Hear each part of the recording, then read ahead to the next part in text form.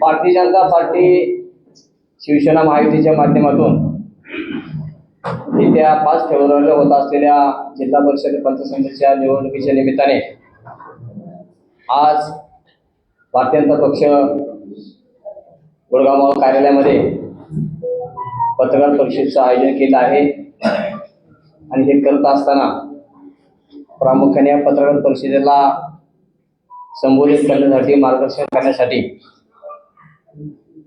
मावळ तालुका भारतीय जनता पक्षाचे ज्येष्ठ नेते माजी सभापती कार्ड कमिटीचे अध्यक्ष सन्माननीय मूर्तिभाऊ शेटे, त्याचप्रमाणे जिल्हा परिषद पंचायत समितीचे मावळचे प्रचार प्रमुख जिल्हा संघाचे संचालक आदरणीय बाळासाहेब नेवाळे, शिवसेना पुणे जिल्ह्याचे प्रमुख राजाभाऊ खांडबोर, त्याचप्रमाणे जिल्ह्याचे सरचिटणीस आदरणीय अविनाशजी बोरे साहेब, पंचायत समिती मावळचे माजी उपसभापती शरदराव उलावळे, पंचायत समितीचे माजी सभापती गुलाबरावजी महाराजकर आणि आमच्या या वडगाव अंदरमावळचे भाजपचे अध्यक्ष अभिमन्यूजी शिंदे आणि उपस्थित सर्व प्रिंट मीडिया आणि इलेक्ट्रॉनिक मीडिया की ज्यांचं या तालुक्यामध्ये कुठलीही राजकीय असो सामाजिक असो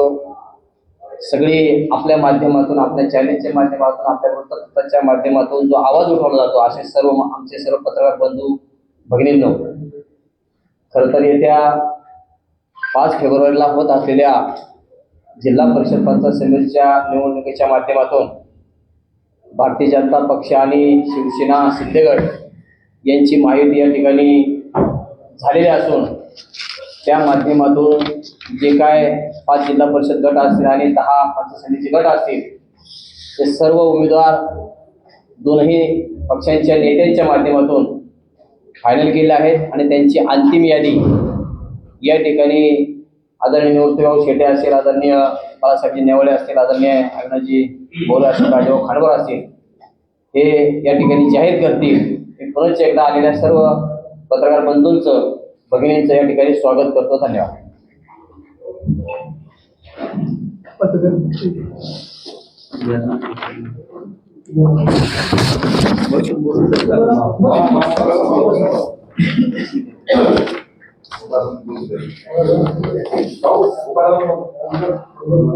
ಈಗ ರೆಕಾರ್ಡ್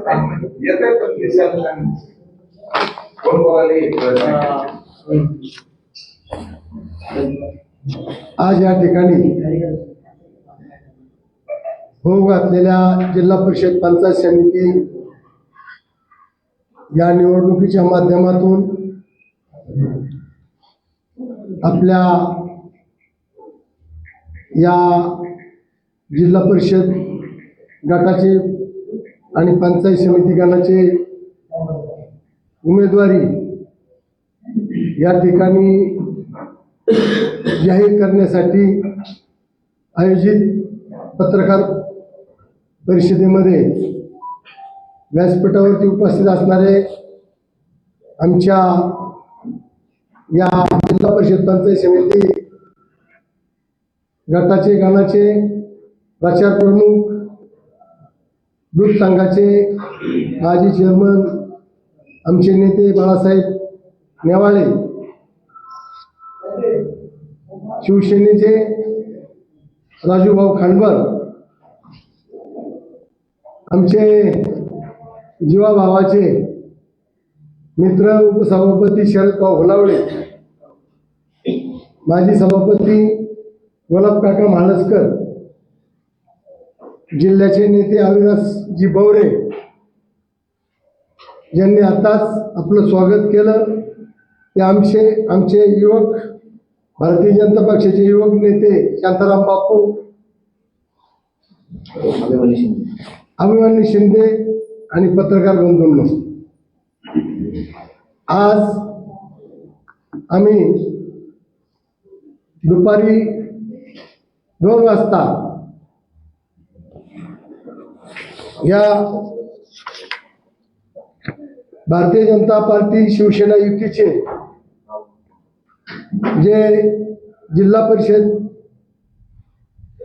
गटासाठी 5 उमेदवार आणि पंचायत समितीचे 10 उमेदवार यांची मी नावं आपल्या समोर जाहीर करतो.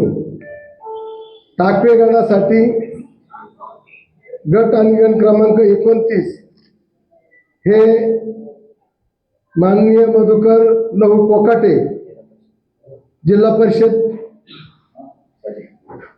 परिषदेसाठी, आणि टाकवे गण माननीय श्री सौभाग्यवती अश्विनी सोमनाथ कोंडे हे भारतीय जनता शिवसेना युतीचे उमेदवार, आणि नाणे गणाचे सौभाग्यवती संगीता ज्ञानेश्वर आढारी, तसेच इंदोरी वराळे गटाचे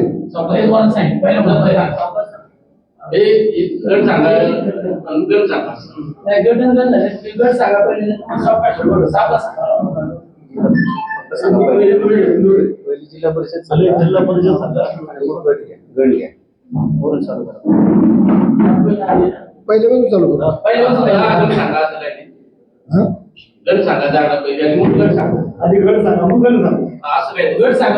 जिल्हा परिषद आणि जिल्हा परिषद वाचा. जिल्हा परिषद गटासाठी जे 5 उमेदवार आहेत त्यांची नावं जाहीर करतो. टाकवे गटासाठी माननीय मधुकर लहू कोकाटे,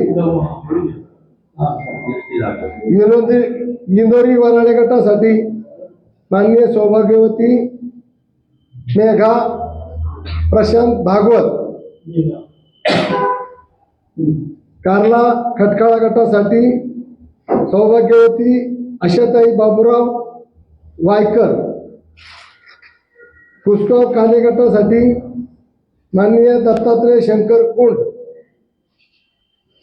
आणि स्वामाटणे चांदखेड गटासाठी माननीय सौभाग्यवती शीतल अविनाश गराडे. हे जिल्हा परिषदच्या गटासाठी 5 उमेदवार मी जाहीर करतो. तसेच आता जे गण आहेत त्या गणाची नावं मी जाहीर करतो. टाकवे गण माननीय सौभाग्यवती अश्विनी सोमनाथ कोंडे ही भारतीय शिवसेना युतीच्या शिवसेनेची ही उमेदवारी आहे, शिंदेगड. आणि नाणे गणाची माननीय सौभाग्यवती संगीता ज्ञानेश्वर आढारी. वराळे गणासाठी माननीय रवींद्र निवृत्तीभाऊ शेटे. इंदोरी गणासाठी माननीय श्रीकृष्ण अण्णासाहेब बेगडे. खटकाळा गणासाठी माननीय प्रकाश बाबूराव गायकवाड. कार्ला गणासाठी माननीय सौभाग्यवती रंजना सुरेश गायकवाड. गुसगाव गणासाठी माननीय नवनाथ पांडुरंग हरपुडे. काले गणासाठी माननीय सौभाग्यवती सीमाताई मुकुंद ठाकर. आणि सोमाटणे गणासाठी माननीय सौभाग्यवती सुवर्णाताई बाळासाहेब घोटकुले. आणि चांदखेड गणासाठी माननीय बाळासाहेब नथू पारखी.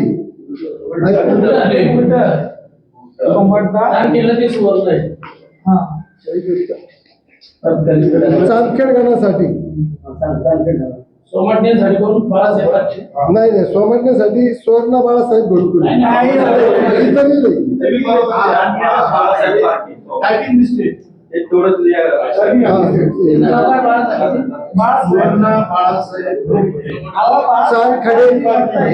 चांदखेड गणासाठी सुवर्ण बाळासाहेब घोटकुले आणि सोमाटणे गणासाठी बाळासाहेब नसू पारखी.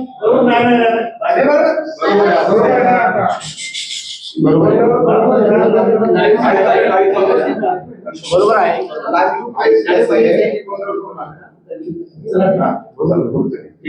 अशी ही 5 गटाची 10 गणाच्या उमेदवाऱ्या मी जाहीर करतो आणि थांबतो.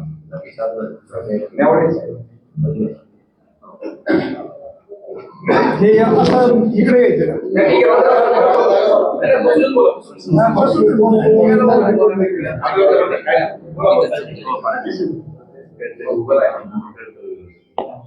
उपस्थित सर्व मान्यवर.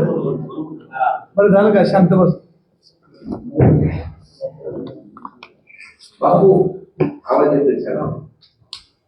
उपस्थित सर्व मान्यवर पत्रकार बंधू भगिनी,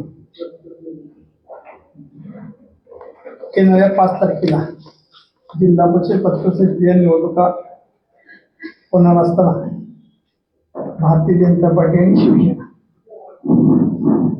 या 2 पक्षाची युती करून आम्ही त्या 5 तारखेच्या निवडणुकीला सामोरे जात आहे. आजची खरं तर पत्रकार परिषद येण्याचं मुख्य कारण, मी निवडणूक प्रचार प्रमुख आहे आणि प्रचाराच्या काळामध्ये निवडणूक प्रचार प्रमुख म्हणून मला वाटतं की जी काही नैतिक जबाबदारी आपली आहे ती योग्य पद्धतीने पार पाडली पाहिजे. काल आमदारांनी पत्रकार परिषद घेऊन त्यांची उमेदवाऱ्या सगळ्यांच्या जाहीर केल्या असतील, पण भारतीय जनता पार्टीवर जे नेत्यावरच्या टीका टिप्पण्या केल्या खालच्या लेवलला जाऊन त्याच्या प्रत्येक कार्यकर्त्याला व्यक्त झाल्या, दुःख झाला. महाराष्ट्र राज्यामध्ये महायुती म्हणून सरकारमध्ये राष्ट्रवादी काँग्रेस पक्ष असताना मावळ तालुक्यातील परिस्थिती ही भाजपला संपवण्याची कट काळ असताना त्या पद्धतीने आमदार आखतात, त्याच्या वेदना प्रत्येक कार्यकर्त्याला भाजपच्या आहे. मला आमदारांना एकच सांगायचे, ठीक आहे, तुम्हाला भारतीय जनता पार्टी परवा युती करायची नाही, भारतीय जनता पार्टीच्या कार्यकर्त्याला त्रास द्यायचा,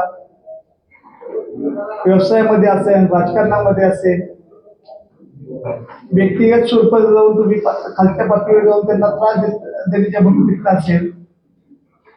मला वाटतं एवढ्या भूमिका जर तुमच्या त्या भारतीय जनता पार्टीच्या बद्दल करत असतील तर भाजपच्या बद्दल विचार का मांडता तुम्ही, विषय का घेता त्यांचा? तुमची हिंमत आहे, तुमच्यात ताकद आहे, तुमच्याकडे लोकमत आहे, तर तुम्ही सामोरे जा ना. प्रत्येक वेळेला भारतीय जनता पार्टी युती करत नाही, भारतीय जनता पार्टी आम्हाला त्रास देते, भारतीय जनता पार्टीचे लोक असे, भारतीय जनता पार्टी समजी, या प्रत्येक गोष्टीला तुम्ही का भारतीय जनता पार्टीचं नाव घेता? हा आमच्यासारख्या पुढे प्रश्न आहे. तर तुम्हाला जर जायचं, जर सामोरे जायचं ना, भारतीय जनता पार्टीकडून लढायचंच आहे ना. आता मागच्या 19च्या विधानसभेपासून कार्यकर्त्याच्या निवडणुका लागल्या, पहिल्यांदाच 5-7-8 वर्षांनी ह्या निवडणुका लागल्या. पहिल्यांदा लागल्या असताना कार्यकर्त्यांना महत्व द्यायचं किंवा कार्यकर्त्यांच्या निवडून येण्यासाठी आपण प्रयत्न करायचे, हे बाजूला टाकलं. भाजपचे वरिष्ठ नेते मला फोन करतात, जिल्ह्याचे वरिष्ठ नेते मला फोन करतात आणि बाळा भेगडेंना, गणेश भेगडेंना काहीच किंमत राहिली नाही. ह्या भूमिका मांडण्याचं कारण काय? त्यांना किंमत आहे का नाही? मागाशी त्या गणेश भेगडेंनी त्यांचे जाहीर भाषणात सांगितलं. ते सुद्धा राज्य लेवलला स्तरावरती भाजपचं काम करतात.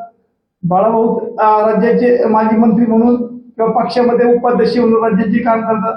ह्या सर्व गोष्टी असताना तुम्ही त्याच्यावर खालच्या पातळीवर जाऊन त्यांना किंमत काय, टीका टिप्पणी हे तुम्हाला सांगितलं कोणी? आणि सांगितलं असेल तर त्यांची नावं घेता का? त्यांना किंमतच नाही तर विषय सोडून द्या ना.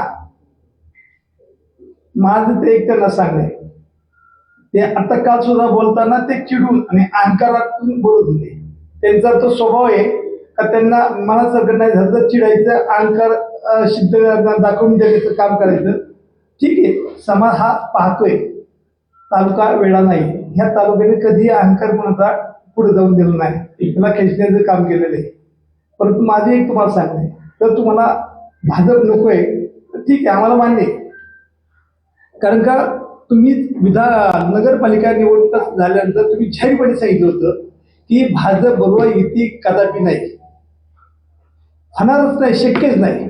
ते फार पलटूरामाने काय काय नाही ते तळेगावातली युती झाल्यानंतर दुसऱ्या दिवशी लोणावळ्याच्या सभेमध्ये काय कुठल्या भाषेमध्ये तुम्ही शब्दप्रयोग केले हा तालुक्याने बघितले. मग तुम्ही युती पण पाहिजे आणि त्यांना वाईट पण बोलायचं. पण युतीचा विषय हा आता अख्ख्या जिल्ह्यामध्ये नगरपालिकेमध्ये फक्त लोणावळा तळेगाव सोडलं तर पुढं तळेगाव सोडलं तर पुढं युती झाली नाही. मग युतीचा विषय जर तुमच्याकडनं नाही तर आमच्याकडनं येणार कसा आणि काय येणार? म्हणजे आज 15च्या 15 कोट कमिटीच्या अध्यक्षांनी उमेदवार जाहीर केलं, तुमचे पण झाले.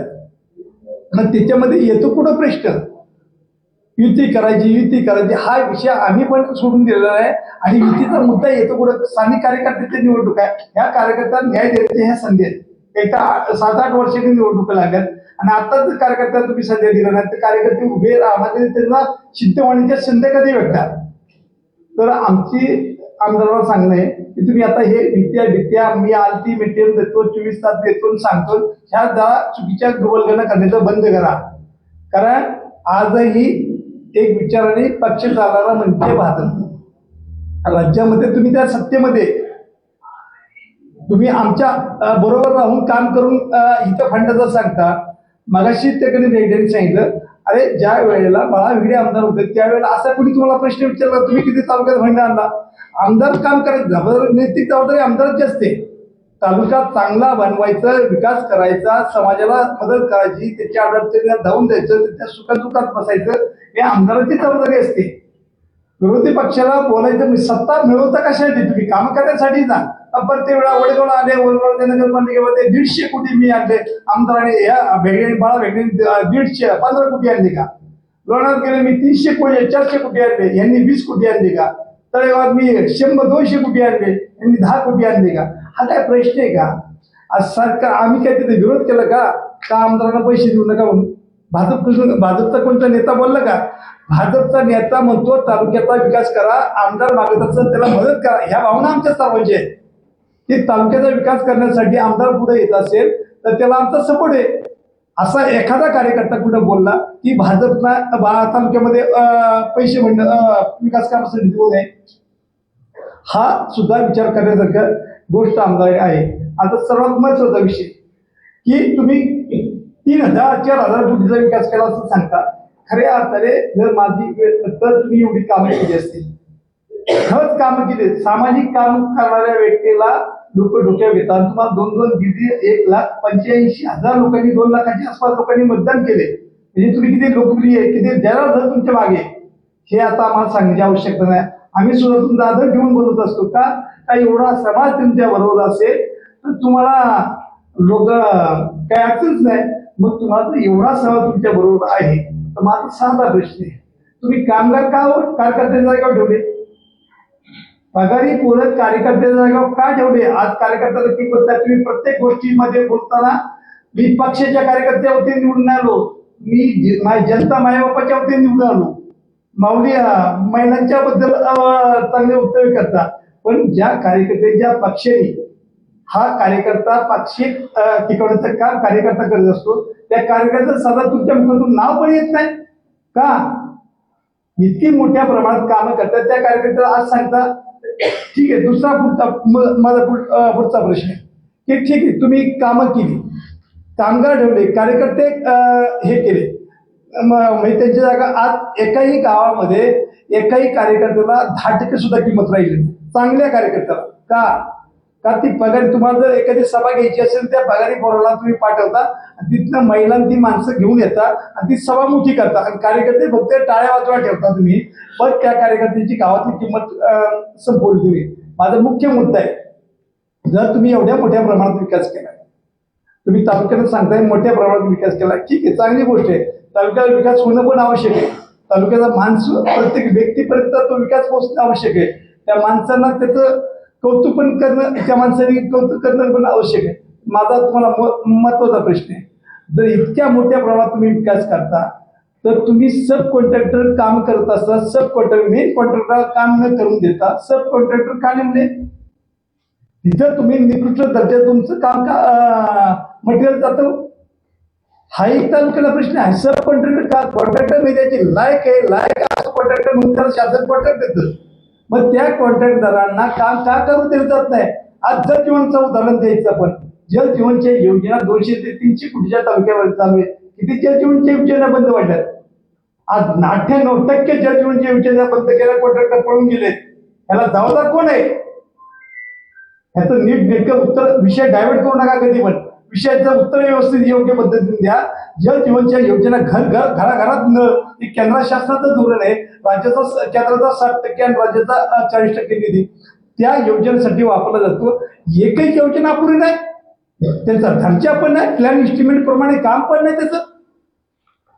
ह्या गोष्टी तुम्ही कधी विचार करणार आहात का? नाही का? कामं केली 3-3 हजार कोटी आले, 4-4 हजार. याच्यामध्ये भाजप आहे ना तुमच्या बरोबर? भाजपच्या कुठल्याही नेत्याने तुम्हाला विरोध केला पैसे देऊ नका तालुक्याच्या विकासाला? मग प्रत्येक निवडणुकीमध्ये भाजपला आरोपी का करता? अरे हे कामच महायुती म्हणून फंड येतोय, हा तुमचा घरचा फंड नाही, तुम्ही त्याचे मालक नाही. हा फंड हा शासनाचा आहे, हा शासनाचा पैसा नाही, जनतेचा पैसा आहे. जनतेच्यासाठी हा विकासाला येत असेल तर तुमचं नवल काय? तुम्ही सत्ता आहे तुमच्याकडे आणि त्या सत्तेचा तुम्ही वापर इतका करता, व्यक्तिगत स्वरूपाचा करता. मग एखाद्या घरावर 5 तुळशीपत्र बसवण्याचा प्लॅनिंग करता. अरे अशा अनेक गोष्टी उदाहरण देता येईल भाजपच्या चांगल्या कार्यकर्त्यांना तुम्ही फार मोठे चालले, त्यांचं राजकारण तर संपवलंय, पण त्यांना जगणं सुद्धा मुश्किल केलं. अशा या ठिकाणी 100 कार्यकर्ते नाव घेऊन पुढे दाखवता येईल तुमच्या पुढे. का इतका क्रूरपणा? अशासाठी कोणासाठी करतात? आज तुम्हाला ह्या परिस्थितीमुळे इतकं जर मोठा फंड आणताय, तुम्ही तालुक्याचा विकास करताय, तुम्हाला 20-20 पोलिसांचं संरक्षण का?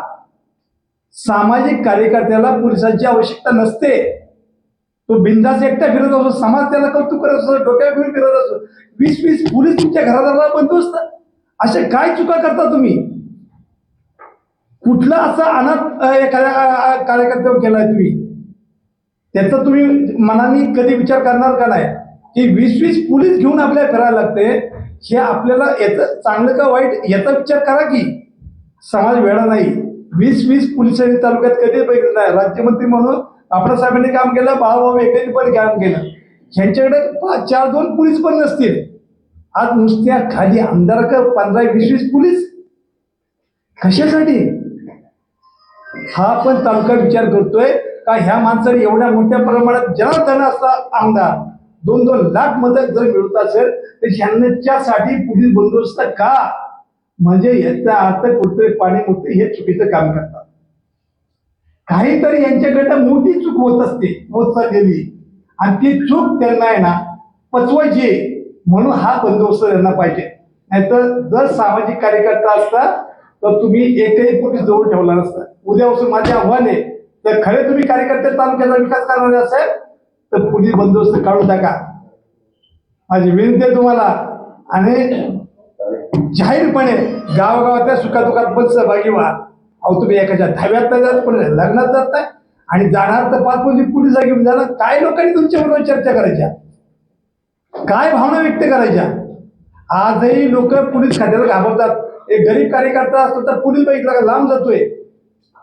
गुन्हेगारांच्या वरची तरा झाली. तुमचे 20-20 पोलीस घेऊन तुम्ही बरोबर फिरता. नेमके तुम्ही आहात कोण हे एकदा तालुक्याला तुम्ही दाखवून द्या, सिद्ध करा. नुसता विकास केला सब कॉन्ट्रॅक्टर नेमता, मटेरियल तुमचं टाकता, अख्ख्या कामं बंद पडल्यात. एकही काम प्लॅन इस्टिमेट प्रमाणे नाही. हे मला बोलण्याची आवश्यकता नव्हती, परंतु आज तुम्ही खालच्या स्तरावरती जाऊन भारतीय जनता पार्टीच्या कार्यकर्त्यांवरती तुम्ही टीका करता. ज्या भेगडेने तुमचा राजकीय जन्म घातलाय, राजकारणात तुम्ही आलात ना, त्या भेगडेने आणलं, लगेच त्यांच्यावरती लाथ मारायला लागलं, लगेच त्यांच्यावरती असे अपराध करायला लागला. थोडी तरी जाणीव ठेवा. ज्यांनी राजकारणामध्ये आणलं किंवा सहकार्य केलं त्या व्यक्तीबद्दल आजपर्यंत मी एक शब्द बोललो नाही आणि बोलणार पण नाही कधी या विषयात. ही आमची संस्कृती आहे, हे आपले संस्कार आहे. आपण संतांच्या भूमीमध्ये राहतोय, शूरांच्या भूमीमध्ये राहतोय. आणि मावळ हा मुंबईच्या पुण्याच्या मध्ये असणारा एक जबरदस्त सोन्याचा तुकडा म्हणलं तरी वावड ठरणार असा हा तालुका आहे. आणि त्या तालुक्याची काय तुम्ही दशा करणार, काय अवस्था करणार नाही ते तुम्ही खालच्या जाऊन महिला पुतवती आणला. महिला आज गावामध्ये बैठक झाल्यानंतर तो गावचा निर्णय होतो कुठल्या पक्षाला कुठल्या व्यक्तीला मतदान करायचं. आणि ते माहितीच नाही एकाही पुढाऱ्याला एकाही मान्यवर गावात किंमत नाही. त्या ठिकाणी बूथवरती तुम्ही महिला बसवता. इतके खालच्या लेवलला केले तुम्ही कार्यकर्ता संपवला. हे किती दिवस चालणार तुमचं? का चालवणार? अरे तुम्ही सुद्धा एक कार्यकर्ता म्हणून नगरसेवक झालात, कार्यकर्ता म्हणून आमदार झालात. उद्या भविष्य काळामध्ये अनेक कार्यकर्त्यांची इच्छा आहे, भावना आहे, त्यांचं काही स्वप्न असतं आणि त्या कार्यकर्त्यांना असं वाटतं आम्हाला सुद्धा उद्या भविष्य काळामध्ये एक चांगलं स्थान मिळावं. आणि त्या कार्यकर्त्यांना संपून तुम्ही बचत महिलांना बूथवरती आणला, त्यांना त्यांच्याकडे पैसे वाटप करायला देतात आणि नेहमी म्हणता ह्यांचे पैसे घ्या आणि ह्यांना पाडा. काही पण एखादी क्लिप दाखवायची त्याच्यावर आरोप करायचे. आणि तुम्ही इतके सज्जन आहात का? तुम्ही इतके संत आहात का? तुम्ही इतके सरळ आहात का? तुमच्या कुठल्याही क्लिपला समाज बघतोय. फक्त पैसा सोडला तर तुम्ही आमदार हा विषय संपलाय. पैसा आणि कामगार काढा आणि आमदार होऊन दाखवा. किती भाषण करा, तुमच्या सभेवर सुद्धा लोक नाही येणार. आज समाज आहे ना तुमच्याकडे, फक्त जो बघतोय ना तो गरीबाला, एखादा गरज आहे एखाद्याला 500 रुपयावर रोजाला अख्खा दिवस काम करायला त्या व्यक्तीला असं वाटतं चला 500 रुपये भेटलं काय अडचण आहे, चला देऊ म्हणून ती लोक येतात. परंतु तुम्ही त्यांची किंमत आहे ना पैशात करायला लागलात. आज राज्यामध्ये सुद्धा आपली बदनामी झाली तालुक्याची. 100-200 कोटी रुपये विधानसभेला तुम्ही खर्च करताय. लोणावळा नगरपालिकेमध्ये, वडगाव नगरपालिकेमध्ये काही लोकांच्या अक्षरशः तुम्ही जमिनी विकायला लावल्या, घरावरती कर्ज घेतलं, घरं विकायला लावली. आणि ते कार्यकर्ते काहीतरी एक लोणावळ्यातला पाडलाय, तो त्या दिवशी अक्षरशः माझ्या समोर धायला रडत होता. 70-80 लाख रुपये तो गेला आणि तो कार्यकर्ता पाडला खंडाळ्यातला. त्या लोकांनी करायचं काय? आज एक कार्यकर्ता चांगला पुढे यायला तयार नाही का? तो म्हणतोय पैसे नाही तर निवडणुका लढवायच्या कशा? आणि पैसा हा शब्द मागच्या वेळेस अख्खं राष्ट्रवादी काँग्रेस पक्षाचं मी नियोजन केलं. पैसा हा शब्दच प्रयोग नाही केला. कार्यकर्ता चांगला आहे त्याला उमेदवारी. ते काही वेळे का? त्यांना गरज कळतंय की पुढे पैसा लागतो, पुढे नाही लागत, त्या पद्धतीने ते खर्च करतात. आपण अगोदर जिल्हा परिषदचे 5 कोटी द्या, पंचायत समिती 3 कोटी, हे लोक पैसे कुठं काढणार? हा आमदार साहेब तुम्ही विचार करा, हे लोक पैसे काढणं कसे?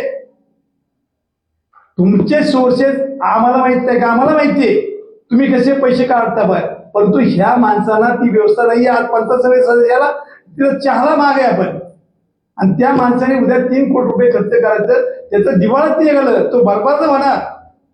तर माझी आमदार साहेब तुम्हाला अजूनही विनंती आहे की तुम्ही तालुक्याचा कार्यकर्ता संपू नका. जे कार्यकर्ते महिलांना पुढे घेऊन, पगारी लोकांना पुढे घेऊन ते कार्यकर्ते संपवले, आणि जे कार्यकर्ते आहेत तर करून त्यांना तुम्ही पैशात बर्बाद करून संपवणार असेल तर हे पाप तुम्हाला कधी ना कधीतरी फेडावं लागेल. ही सोपी बाब नाही. कार्यकर्ता हा जीवाभावाचा असतो. कार्यकर्ता हा नेत्याचा आत्मा असतो, आणि त्या कार्यकर्ता जपण्याचं काम जर तुम्ही केलं नाही तर एवढी बाब सोपी नाही. सोपं समजू नका. हे परतफेड तुम्हाला एक दिवशी ज्यावेळेस म्हणा, आणि त्याचे परतफेड तुम्हाला झाल्यानंतर तुम्हाला त्याचं दुःख वाटेल. पण ईश्वर हे सगळं पाहत असतो, त्याचा न्याय निवडा एक दिवशी होतो. माझी विनंती आहे तुम्हाला, ह्या गोष्टी आरोप करणं, ह्या पगारी पोरांना कामाला लावून त्याचं फ्युचर करा. कंपनी MIDC आहे, आम्ही नोकरी बसू घ्यायचं. आता तुम्ही त्या ठिकाणी लावा ना 5-10 हजार पोरं कामाला करा, लावा ना. त्या दिवशी मला वेगवेगळ्या पद्धतीचे आम्ही रोजगार देत असतो, हॉटेलमध्ये देत असतो.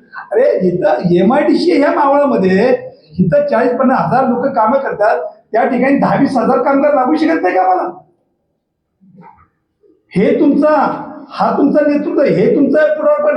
आज तुम्ही इतके लोकप्रिय ती एखाद्या अधिकारी कर पडतो, इतके तुमचे लोक ऐकतात का 10-20 हजार पोरं कामाला लावली नाही? आणि लावली असेल त्याची यादी द्या. खोटं बोलू नका. माझं तर आव्हान आहे, आम्ही सुद्धा 25-30 वर्ष राजकारण केले, महिलांसाठी काम केले, बचत गटासाठी, सामुदायिक विवाह समाजासाठी एकत्र यावं, समाज समन्वय समिती काढली, तालुक्यामध्ये एक संघ समाज वाचवा, आर्थिक अडचणीतून बाहेर पडावा म्हणून सामुदायिक विवाह सोहळे केले. लग्नाची प्रथा बंद करा, आवाडावा खर्च कमी करा, सकाळी लग्न विवाह सोहळा चालू करा. सगळे त्याच्यामध्ये भेगडे साहेबांचे आमदार दादा भेगडे असतील आणि हे रघुनाथदादा सातकर, हे तिघं त्यावेळेस सगळे ब्राह्मण समाजाचे लोक घेऊन बसतो. का ह्या तालुक्याची काहीतरी आम्हाला कळवळ आहे की ह्या तालुक्यामध्ये, मी त्यांना प्रश्न विचारला ब्राह्मण समाजाला, संध्याकाळची लग्न आमची का सकाळी तुमची का? तर त्यांचा सोपा प्रश्न होता, शुभ कार्य सकाळी होतं, संध्याकाळी होत नाही, तुमची लोक ऐकत नाही म्हणून.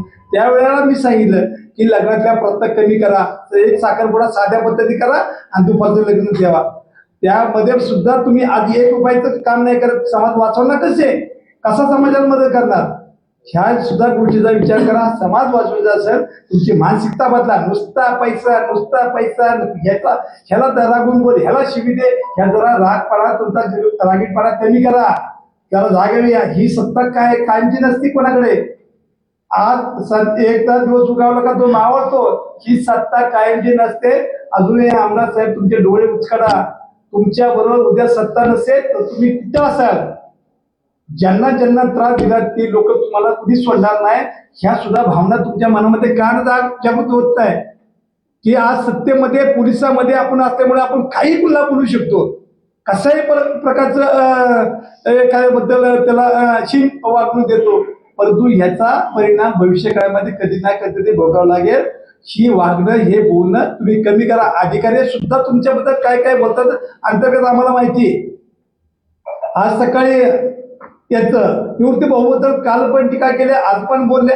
ते निवृत्ती भाऊ सत्य नाही म्हणजे इतका आमदार खोटं बोलतो. मी असला आमदारच खोटं बघितलं नाही. अशा ज्येष्ठ माणसांनी त्यांच्या घरी तुम्ही जेवलेत खावलेत, त्यांचा आशीर्वाद घेत आहे आणि त्यांना खोट्यात पडतात. निगम दादा म्हणे माझ्या त्यांच्याबद्दल सहानुभूती, त्यांच्या घरातला माणूस असेल तर मी बिनविरोध देणार. तिथं आमचाच माझा सहकारी दिलू ढोरे का त्यांना घेतलं? मग त्यांना जर बिनविरोध द्यायचं होतं ना, मग बोलता एक आणि करता एक, वागता एक. तुम्ही ते वागणं करणं बंद करा. हे लोकांना कळतंय. आमच्यासारखे निस्वार्थी आम्ही उपोषण केलं, आंदोलन केलं. मी 14-10 दिवस उपोषण केलं या समाजासाठी. 2002 ला 8 दिवस उपोषण केलं. मोर्चे आंदोलन कार्यकर्ता काय झालं? मी वाद घातले कार्यकर्त्यांसाठी. तुम्ही कार्यकर्त्यासाठी वाद घालत नाही, तुमची महत्वाकांक्षा टिकण्यासाठी तुम्ही वाद घालता. आजही माझे चॅलेंज आहे, तुम्ही किती कार्यकर्त्यांसाठी. आज 80% माझ्या जो होते, मी 15-20 वर्ष ज्यांच्याबरोबर राहिलो ते कार्यकर्ते तुमच्या बरोबर आहे. मी एका सुद्धा शब्दाने कधी दुखावला नाही की तुम्ही त्याच्याबरोबर जाऊ नका. शेवटी प्रत्येकाच्या भावना आहे, मन आहे, त्याचे विचार आहेत, त्यांना ते पटतं ते करू द्या. पण त्या कार्यकर्त्यामध्ये सुद्धा तुमच्याबद्दल भावना चांगल्या नाहीत. तुमचा तो अहंकार आहे, तुमची बोलण्याची पद्धत आहे, हे त्या कार्यकर्त्याला कोणलाही मान्य नाही. म्हणून माझे तुम्हाला सांगणे, सगळ्या गोष्टी जर तुम्हाला चांगल्या करायच्या असेल, तालुका शांत ठेवायचा असेल तर पहिलं तोंड बंद ठेवा आणि समाजामध्ये जा, त्यांच्या सुखादुखात जा, त्यांच्या भावना काय त्या समजून घ्या. गाव बैठका ठेवा, ते पोलीस काढा, पगारी लोक काढा आणि स्वतःहून फिरत जा, लोकांमध्ये मिसळा. पोलिस घ्यायचे पगारी 5-50 पोरं घ्यायचे आणि पक्का कराडा करायचा, त्यांचे तर तुम्ही वेळ झाले. सगळे कॉन्ट्रॅक्टर सकाळी एखाद्या कामामध्ये कुठल्या कामाचा प्लॅन इस्टिमेट प्रमाणे आम्ही ह्या निवडणुका होत्या, मी तुम्हाला 10 कामं देतो, ती कामं प्लॅन इस्टिमेट प्रमाणे केलं तुम्ही आणि त्याचं उत्तर तुम्ही द्या. निकृष्ट दर्जा आणि प्रत्येक कामामध्ये तुमचं मटेरियल पाहिजे, तुमचा सब कॉन्ट्रॅक्टर. आणि त्या कॉन्ट्रॅक्टरला काहीतरी किंमत ठेवा, त्याला काम करू द्या, त्याच्यावर चांगलं दर्जा. एक स्वर्गीय दिलीप ताड्डे आमचे, कुठल्याही कामामध्ये काम असतं ते पाणी सुद्धा मारायचं काम नाही, तुम्हाला काम सुद्धा माहित नाही. जर तुमच्या योजना किती कामाला भेटी दिल्या, तुम्ही किती रस्त्याच्या कामाला भेटी दिल्या, ते काम चालू असतं. एकदा तरी कॉन्ट्रॅक्टरला प्रश्न विचारला काय प्लॅन इस्टिमेट प्रमाणे काम कर म्हणून? हा परत हे कामावरती तुम्ही गेले नाही आणि काय सांगता तुम्ही मी कामं करतो. काम माहित पण नाही तुम्हाला कुठली कामं झाल्यात. फक्त तुमची टोटल असते ते पगारी पोरं तुम्हाला ते टोटल करून ते बरोबर हिशोब जोडून द्यायचा आणि मग तुम्ही त्या आराखडा बांधायचे. म्हणून भविष्य काळामध्ये तुमचा हा विषय तालुक्यात निघणार आणि तुमच्या मागे ज्या वेळेला हे सगळ्या गोष्टी लागतील त्यावेळेला तुम्ही सुटू शकत नाही. माझी विनंती आहे तुम्हाला हे थांबवा आणि चांगल्या पद्धतीने समाज उभा कार्यकर्ता उभा करण्याचं काम करा. आमचा त्या गोष्टीला पाठिंबा. विरोधी हा पक्ष, भाजप हा वेगळा विचारचा पक्ष, राष्ट्रवादी वेगळा विचाराचा पक्ष आणि कुठल्या पक्षात जाऊ नये. आता पिंपरी चिंचवड पुण्यामध्ये राष्ट्रवादी इतर पक्षाचे लोक घेतले नाही का? माझा थोडा प्रश्न आहे, कुसगाव गणामध्ये जो लोअर उमेदवार आहे तुमच्याकडे तो उभाटाचा होता, पण तुम्ही काय घेतला ना? तुमच्याकडे उमेदवार नव्हता ना. कामशेत गणामध्ये एससीचा उमेदवार आहे, तो कुठे विधानसभेला त्यांनी तुमच्या विरोधात काम केले, तो आरपीआयचा तुम्ही घेतला ना. तुम्ही एवढं धुतल्या तांदळासारखे तुमच्याकडे इतके वारेमाप लोक उमेदवार आहे असा विषय नाही. कालपर्यंत ते दिलीप ढोरेला तुम्ही हात हिंग लावून विचारलं नाही, आज त्याच्या मागे लागले उमेदवार उमेदवार आणि तो उमेदवार घेतला तुम्ही. त्यांनी कालच्या विधानसभेला तुमचं काम केलं का? अशा अनेक गोष्टी आहे की तुमचं काम केलं नाही तरी माझं टिकवण्यासाठी. आणि मग म्हणायचं माझ्यामुळं मी तालुक्याचा एवढा विकास करतोय आणि तालुका माझ्या बरोबर आहे, तसं नाही. ह्या दोन गोष्टी तुम्ही काढा. पगारी पोरं आणि पोलीस आणि तुम्ही घ्या सभा आणि घ्या कार्यक्रम आणि मग निवडून येऊन दाखवा. माझं चॅलेंज आहे तुम्हाला, खरा न्याय दुधाचं पाणीचं पाणी त्या ठिकाणी होईल. माझी पुन्हा एकदा तुम्हाला आव्हान आहे, हे बोलण्याचे वक्तव्य उद्या आम्हाला उत्तर द्या. तुम्ही आमच्याबद्दल काही पण बोलाल, मी त्याचं ह्या निवडणुकीमध्ये उत्तर देणार नाही. निवडणूक झाल्यानंतर पुराव्यासहित एक दिवशी तुमचा विषय योग्य पद्धतीने मांडेल, आज मांडणार नाही. माझी फक्त जबाबदारी भारतीय जनता पार्टीचा प्रचार करून म्हणून आहे आणि भारतीय जनता पार्टीच्या प्रचार करून असताना कार्यकर्त्यावर नेत्यावर जेव्हा एखादा व्यक्ती बोलतो तेव्हा त्याचं उत्तर देणं ही माझी नैतिक जबाबदारी होती, म्हणून मी बोललोय. व्यक्तिगत स्वरूपाचं काय घ्यायचं त्यांनी कारण आणि घेतलं तर त्यांचं त्यांना लकला, पण माझं व्यक्तिगत मध्ये अजूनही बदला, सुधरा, तुमची मानसिकता बदला, तुमचे बोलणे, तुमचं वागणं, तुमचं चिडणं हे सगळं थांबवा. हीच मला या ठिकाणी आमदारांना विनंती करायची. काही प्रश्न कुठला पत्रकारांना विचारायचे असेल तर विचारा, आम्ही त्याचे उत्तर द्यायला सक्षम आहे.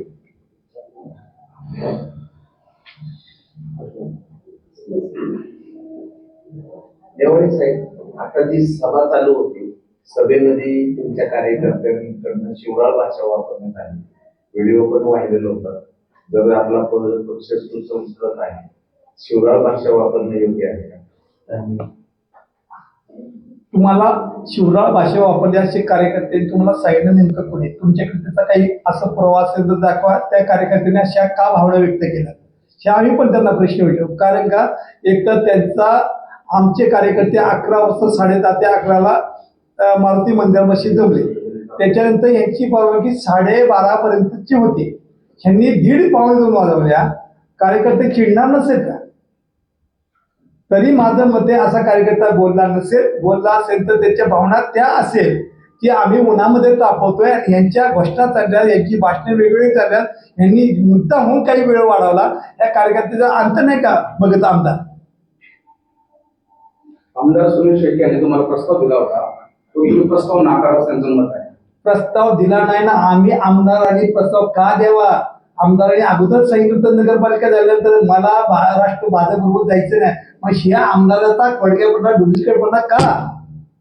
गेल्या 3 दिवसापासून इंदोरी वराळी गटाबाबत जे काही त्यांच्याकडनं वक्तव्य येते, निवृत्ती भाऊ शेट्टीत आहे. 3 दिवस झालं निवृत्ती भाऊ शेट्टी यांचं नाव प्रत्येक बाईटमध्ये येते. निवृत्ती भाऊ शेट्टींनी सांगावं की नेमका प्रस्ताव दिला होता का, तुम्ही त्यांची भेट घेतली होती का, आणि नेमकं खरं काय? मी मगाशी ज्या टायमाला उमेदवारी अर्ज भरून इथं सभा झाली छोटीशी, त्या सभेमध्ये मी त्याचा उल्लेख केला. मी त्या विषयात कुठल्याही विषयात तशी चर्चा झाली नाही, त्याचा मगाशी मी उल्लेख केला. त्यांनी जी वक्तव्य केली ती सगळी उल्लेख केला मगाशी. पत्रकारांपुढे तुम्ही 3 दिवस पहिल्यांदाच येत आहे म्हणून तुम्हाला स्पष्ट मगाशी जे तुम्ही आता जो प्रश्न केला ना, हा कुठलाही प्रस्ताव नव्हता. त्या संदर्भात आमच्या नवला कुंभरे गावच्या राजू खडलकांच्या संदर्भातला विषय होता. प्रश्न असा होता की आमच्या नवला कुंभरे गावचे ज्येष्ठ नेते तुकाराम भाऊ खडलक 2002ला मला उमेदवारी आली, गावातल्या उमेदवाऱ्या येत होत्या. त्यावेळेला खडलक भाऊंनी सांगितलं की कार्यकर्ता हा चांगला आहे आणि त्या कार्यकर्त्याला न्याय द्यायचा, आपल्याला पहिलवान निवृत्ती शेट्टीलाच उमेदवारी द्यायची, बाकीच्यांनी कुणीही उमेदवारी द्यायची नाही. आणि त्या अनुषंगाने राजू खडलकची जर उमेदवारी जाहीर होत असेल, त्याला जर उमेदवारी मिळत असेल तर नवला कुंभरेवाल्यांनी कोणताही उमेदवार द्यायचा नाही, असा तिथला तो प्रस्ताव होता. शनिवारी 3 वाजेपर्यंत त्यांनी पत्रकार परिषदेमध्ये घेऊन ती नावाची यादी जाहीर करण्यासाठी ते गेले आणि त्याच्यामध्ये त्यांनी जो त्याला आश्वासन दिलेला भागवत, त्या भागवताला उमेदवारी द्यायची संदर्भातली त्यांची बाईट होती, पण ती थांबून त्यांनी दुसरी यादी केल्यावर भागवतांनी राजीनामा दिला आणि राजीनामा दिल्यानंतर भागवत आमच्याकडे आला आणि राजू खडलकची आणि भागवतची उमेदवारी काढली. त्याच्यामुळं पक्षाने रवी शेट्टीची उमेदवारी दिली. हा त्याच्यातला पतितार्थ आहे. बाळासाहेब, तुम्ही जे म्हणता ना की आमदार भाजप सतत टीका करतात, बरोबर? टीका करत असताना आमदारांनी राष्ट्रवादीची एवढी ताकद असताना तळेगावचा नगराध्यक्ष आणि वरवडचा उपजला नगराध्यक्ष केला, केवळ भाजपचं. हे चांगला प्रश्न आहे तुमचा. खरं तर हा विरोधाचा पण विषय होऊ शकतो. त्यांनी नगरपालिका निवडणुकीच्या अगोदर असा प्रश्न करतात की भाजपचा एकही नगराध्यक्ष होणार नाही. मग मला तेच सांगितलं, आणि 3 महिन्या अगोदर निवडणुकीच्या त्यांनी उमेदवार जाहीर केला भाजपचा. अरे तुमची ताकद असताना मग राष्ट्रवादी काँग्रेसच्या कार्यकर्त्यावर अन्याय का करता? आणि हा युतीचा फॉर्म्युला 3 महिन्या अगोदर त्यांनी मांडलाय. कुणी मांडला? भाजपच्या एकाही नेत्यांनी युती करायची बावळ तालुक्यामध्ये नगरपालिका असेल एकही कुणी जाहीरपणे मत मांडलं नाही. हे मतं मांडता तुम्ही, तर त्या ठिकाणी भाजपचा नगरदर्शक केला.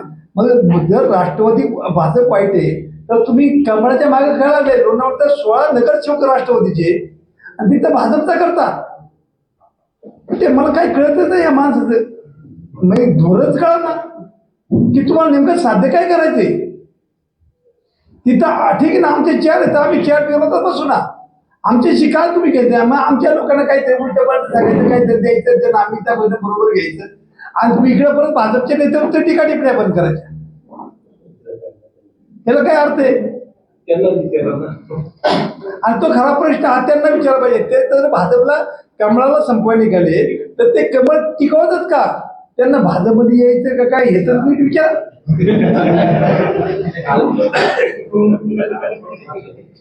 प्रशांत बाबूंची उमेदवारी घेण्यासाठी एवढी काही काय घेण्याचं म्हणणं आहे. प्रशांत भागवतची उमेदवारी प्रत्येक माणसाला भावना असते, त्याच्याकडे एक विचार असतो. प्रशांत भागवत गेले 4 वर्षापासून काम, आणि कालच्या पत्रकार परिषदेमध्ये आजच्या भाषणावर नुसता प्रशांत ह्याचा अर्थ प्रशांत किती स्ट्रॉंग आहे. प्रशांत आजही विजय झाला सांगता नाही झालं तर मग मला कारण का प्रशांत बद्दल आमदार झोपत सुद्धा करत असत. इतका प्रशांत भागवतचा धसका घेतला. मग प्रशांत भागवतच्या पण भावना आहेत. प्रशांत भागवतला मोठं भाजप आहे, त्याच्यामुळे त्याच्या आजोबा सगळे जे सांगायचे लोक आहेत. आणि तो पक्ष भाजपमध्ये आला, वाईट झालं काय? पण पक्ष तर तुमच्याकडे उमेदवार नाही, तुम्ही पण आयात केलंच ना. त्यांना एवढी घाई का केली बाबा? घाई करायचा विषय नाही आला. आता त्यांना हे 2 महिन्यापासून चाललंय, हे पुन्हा उमेदवार त्यांना हे काय त्यामध्ये पण रेश होती, हे सगळ्या तालुक्याला माहित होतं, त्या भागातल्या लोकांना माहित होतं. पण ते थांबायचं किती दिवस? निवडणूक घालून यायचं होतं का भाजपमध्ये? असं मी भाजपची उमेदवारी जाहीर केली, त्याच्यामध्ये नवनाथ ठाकूर यांना उमेदवारी दिली. नवनाथ ठाकूर हे पूर्वीचे राष्ट्रवादीचे, त्यानंतर ते शिवसेना शिंदे गटात गेले, आणि आता मात्र तुम्ही भाजपच्या कमळ चिन्हावरती उमेदवारी दिली. मी सांगतोय काय की ह्या गरजा जिथं जिथं आहे, समीकरणाच्या गरजा असेल तिथं आपण जमवतच. याच्यामध्ये आता पिपीचा उल्लेख केला, पुढेचा उल्लेख केला, तिथं राष्ट्रवादीने अनेक लोक घेतले का नाही? शित्तर तालुक्यामध्ये मावळमध्ये आमदारांनी काही लोक घेतले का नाही अन्य पक्षीचे? असं व्हावं काय? नवनाथ हरपुडे काय आणि प्रशांत भागवत काय? गरज नाही त्या लोकांच्या भावना. या उमेदवारीमध्ये टापेकरांची उमेदवारी तुम्ही शिवसेना शिंदे गटाला दिली असं स्पष्ट म्हणलं, आणि नवनाथ हरपुडेच्या बाबतीत मात्र शिंदे गट आवडले का नाही? भाजप तो भाजपचाच आहे उमेदवार, कमळाचा आहे तो. म्हणजे कोणाचा आला? भाजपचा आला. तो शिंदे गटाला आम्ही तालुक्यामध्ये विचार करून एक जागा, आम्ही आता इथं जिल्हाध्यक्ष आहेत अभिषेक खांडवर, तर एक जागा श्रींगाप्पा बारणे आम्ही सगळ्यांनी एकत्र बसून शहराला उलावले होते. बाळाभाऊ वेगळे होते, आम्ही एकत्र बसून एक जागेवरती सेटलमेंट त्या दिवशी झालं. परंतु ह्या काही गोष्टी अडचणीच्या राजकारणाच्या पाहता, समीकरण पाहता नवनाथ हरपुडेला ही भाजपकडे उमेदवारी दिली. त्या भागामध्ये देखील भारतीय जनता पक्ष आणि कार्यकर्ते असतील, त्या कार्यकर्त्यांना शिवसेनेचाच कार्यकर्त्यांना कमळ चिन्ह दिले. त्यांच्याशी चर्चा करून बसून त्याची एक तरी तुमच्या तक्रार आली ना की ह्या नवनाथ हरपुडेला आमच्या मनाविरुद्ध उमेदवारी दिली, तर मग आम्हाला बोला.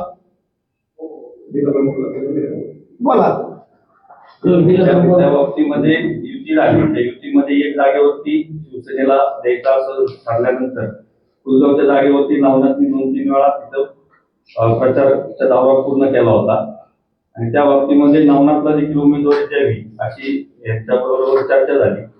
त्यामध्ये काही ठिकाणी राज्यामध्ये आपण बघतो शिवसेनेचे काही उमेदवार भाजपच्या चिन्हावरती लोकसभा विधानसभेला गेले विधान असंच एक गणित आम्ही मांडला, आणि तो उमेदवार शिवसेनेचा तिकडे आम्ही भाजपच्या चिन्हावरती लढवला. पण आम्ही युती म्हणून भारतीय जनता पार्टी शिवसेना युती म्हणून जातोय, त्याच्यामुळं आम्ही सगळेच एकत्र आहोत. खरं तर लोणावळ्यामध्ये ना शिवसेना आणि रिपब्लिकन पार्टी ऑफ इंडिया यांची युती झाली मागच्या निवडणुकीला. यावेळेस त्यांना सोबत का घेतलं नाही किंवा त्यांचं काय तुमच्याकडे प्रस्ताव आला? या बाबतीमध्ये 2-3 वेळा त्यांच्याबरोबर चर्चा झाली वाघमारे साहेबांची. 2 वेळा आदरणीय नेवाळे साहेबांची पण त्यांच्याबरोबर चर्चा झाली आणि काल त्याबाबत अंतिम निर्णय होणार होता. पण संध्याकाळी त्यांनी समीरच्या बाबतीवरती निर्णय ठेवल्यावरती त्यांनी आमचाच मित्रपक्षाचा उल्लेख केला की घड्याळ चिन्हावरती त्यांनी लढवायचे निश्चित केल्यामुळे त्यांच्याबरोबर गेले. माझा अजून एक प्रश्न आहे शिवसेनेसाठी.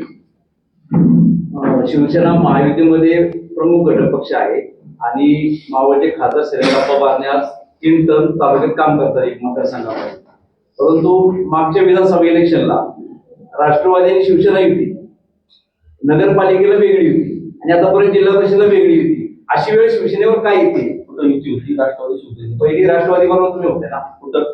याला शरद पवार विधानसभेला नाही सॉरी विधानसभेला वेगळे होते पण नगरपालिका वेगळी लढावं लागलं. आता शरद जिल्हा परिषद पंचायत समिती वेगळी युती करताय. प्रत्येक निवडणुकीत वेगळी भूमिका काय घ्यावी लागते? आम्ही सक्षम पक्ष असणार. ज्या स्थानिक स्वराज्य संस्थेच्या निवडणुका झाल्या तुम्ही नीट माहिती घ्या. आम्ही तळेगावमध्ये देखील भारतीय जनता पार्टी बरोबर गेलो. आदरणीय खासदार साहेबांनी संतोष दाभ यांना तिथं पाठिंबा दिला होता.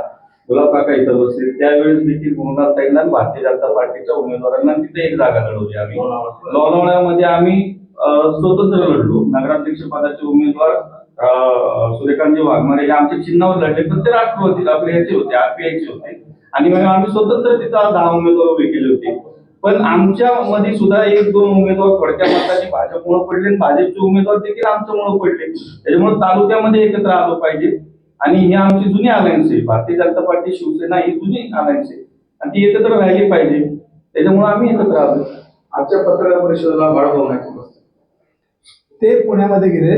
त्यांनी मगाशी सांगितलं तुम्ही पत्रकार परिषद नाही थांबणार होते, एक महत्वाचं काम निघालं म्हणून ते पुण्यामध्ये गेले. एकदा उमेदवारांची गट आणि गण वाईज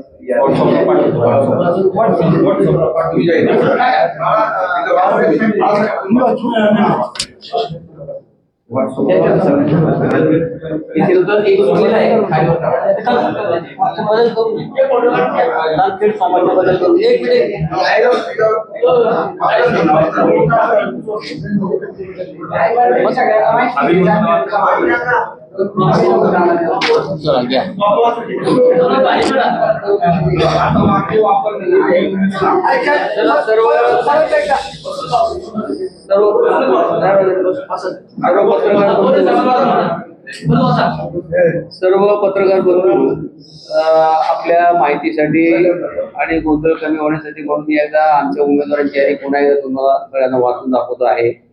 टाकवे नाणे हा जो जिल्हा परिषदचा गट आहे त्याच्याकरिता मधुकर लघु कोकटे हे भारतीय जनता पार्टीचे जिल्हा परिषदेचे उमेदवार असतील. इंदोरी वराळे गट हा जो जिल्हा परिषदेचा गट आहे त्याच्यामध्ये मेघा प्रशांत भागवत या भारतीय जनता पार्टीतर्फे जिल्हा परिषदेची निवडणूक लढवतील. कारला खडकाळा हा जो गट आहे त्याच्यामध्ये आशाताई बाबूराव वायकर या भारतीय जनता पार्टीतर्फे आपल्या उमेदवार असतील जिल्हा परिषदेच्या. पुसगाव काले गटासाठी माननीय दत्तात्रय शंकर कुंड हे भारतीय जनता पार्टीतर्फे जिल्हा परिषदेचे उमेदवार असतील. सोमाटणे चांदखेड या गटासाठी माननीय शीतल अविनाश गराडे या भारतीय जनता पार्टीच्या जिल्हा परिषदेच्या उमेदवार असतील. हे 5 आमचे जिल्हा परिषदेचे उमेदवार आहेत. त्याच्यानंतर टाकवे गणासाठी अश्विनी सोमनाथ कोंडे या आमच्या युतीमधल्या उमेदवार आहेत. त्यांना शिवसेनेतर्फे उमेदवारी दिलेली आहे. नाणे गणासाठी संगीता ज्ञानेश्वर आडारी या भारतीय जनता पार्टीच्या पंचायत समिती गणाच्या उमेदवार असतील. वराळे गण रवींद्र निवृत्ती भाऊ शेटे हे भारतीय जनता पार्टीतर्फे पंचायत समिती उमेदवार असतील. इंदोरी गणासाठी श्रीकृष्ण अण्णासाहेब भेगडे हे भारतीय जनता पार्टीचे पंचायत समितीच्या गणाचे उमेदवार असतील. खडकाळा गण माननीय प्रकाश बाबूराव गायकवाड हे भारतीय जनता पार्टीतर्फे पंचायत समिती गणाचे उमेदवार असतील. कारला गणासाठी रंजना सुरेश गायकवाड या भारतीय जनता पार्टीतर्फे निवडणूक लढवतील. कुसगाव गणासाठी नवनाथ पांडुरंग हारपुडे हे भारतीय जनता पार्टीचे उमेदवार असतील. काले गणासाठी सीमाताई मुकुंद ठाकर या भारतीय जनता पार्टीसाठी काले गणातल्या उमेदवार असतील. चांदखेड गणासाठी सुवर्णा बाळासाहेब घोटकुले या भारतीय जनता पार्टीचे उमेदवार असतील. आणि सोमटणेकरणासाठी बाळासाहेब नथू पारखी हे भारतीय जनता पार्टीचे उमेदवार असतील. अशी एकूण 15 उमेदवारांची यादी आपल्यासमोर या ठिकाणी जाहीर केली. नाही, भारतीय जनता काका